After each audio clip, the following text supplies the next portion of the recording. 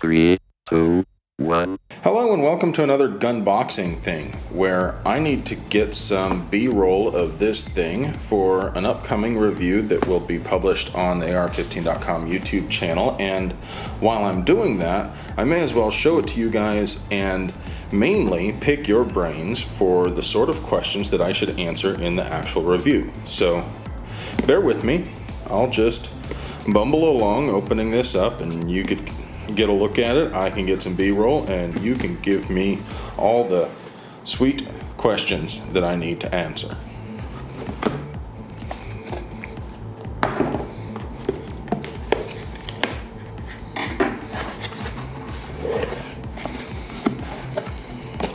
Uh-oh, looks like there might be a warning on here. I really do like Vortex's packaging. It's hard for you to get a wider. I shouldn't do this, but I'm gonna just pick this up and there we go. Pretty cool packaging.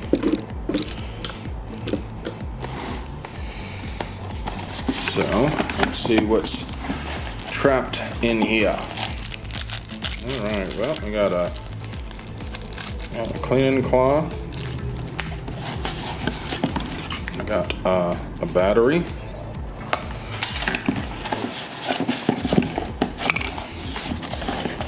box and instructions, and a scope and time.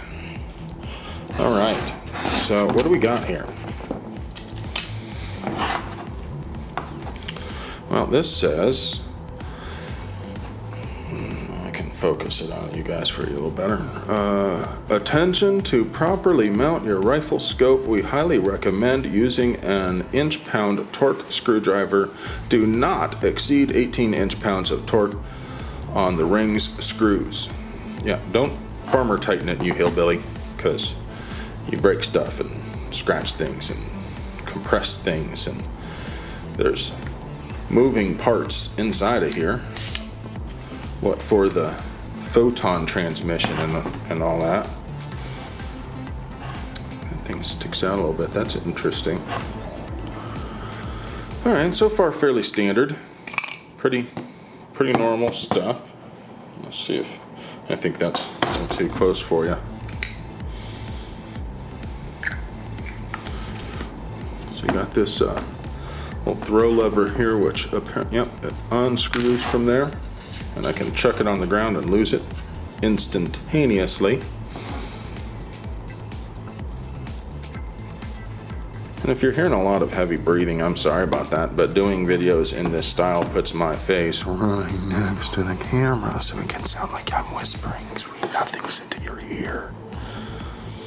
All right. This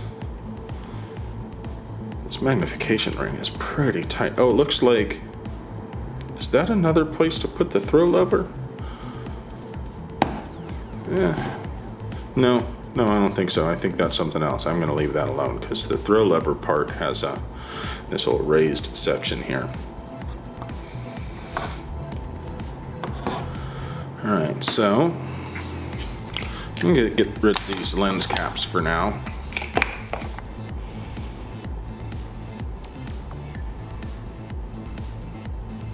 It's not easy to do. Oh, it's on 8 power. That would explain it. All right. Okay, that's a little better. See if it'll focus on there. No, it just wants to focus on that, so I'll do it the old-fashioned way.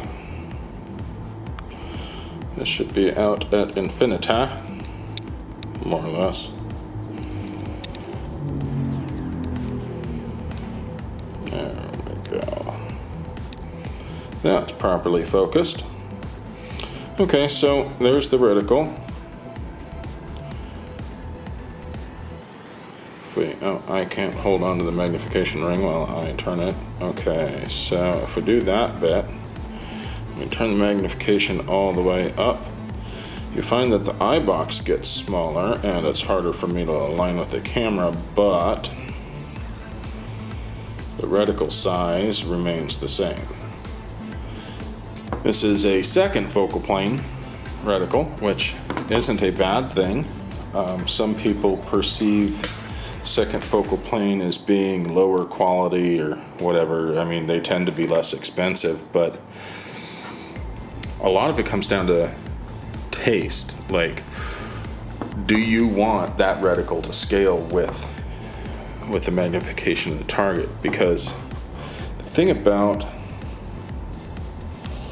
I need to focus again, sorry.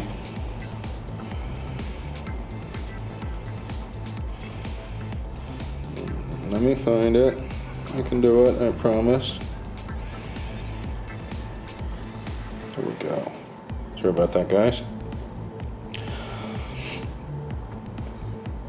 So the thing about second focal plane is that you got that big horseshoe right there in the middle, which you can frame targets with at close range. Instead of looking for a precise dot or crosshair or chevron or whatever the thing is, you can just put the circle bit around the bad guy bit and slap that trigger up close. When you're trying to shoot for speed up close, you don't really care exactly where the rounds are hitting, so long as they're somewhere in that area there. And big huge horseshoe allows for rough, quick aiming, and some people prefer that.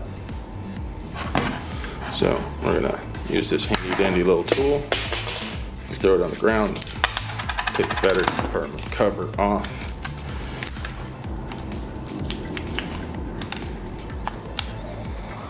stick the battery in here.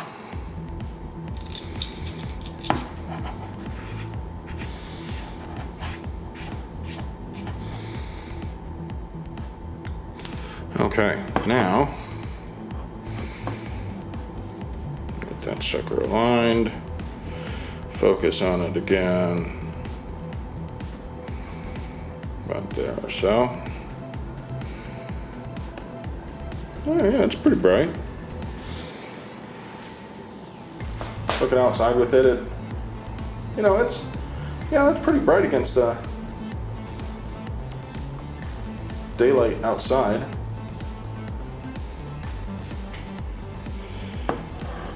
It may not look it in the camera, I don't know, it's hard to tell, but these big spiky bits on the sides of the image here really point your eye right in the middle. I kind of like that. They're pretty nifty. Okay, so focus again.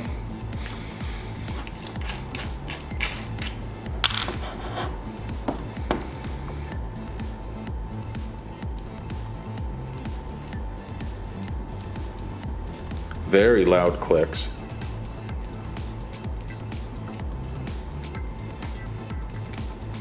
We can slip this scale to make it easy to return to 0.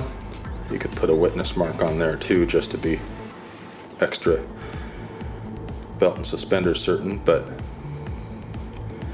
and slip that scale where it needs to go after zeroing.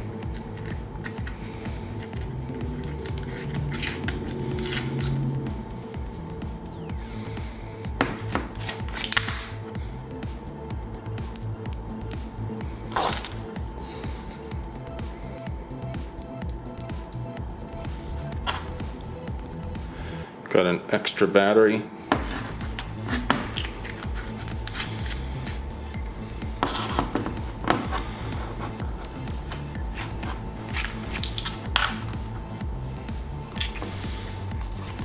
Do this one more time.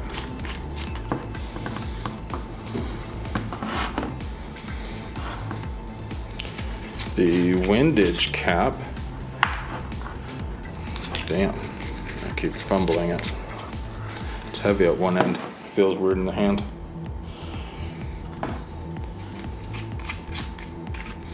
The windage cap has an extra battery inside of it. It's pretty handy.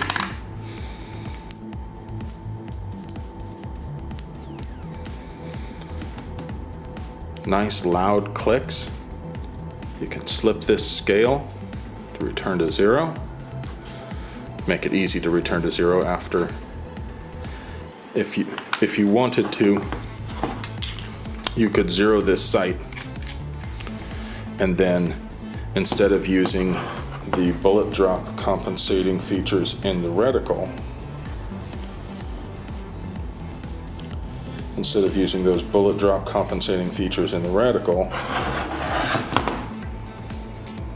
you could dial your elevation or wind leads here, and then immediately return to zero by because you slip the scale to where it belongs. If you wanted to do it that way.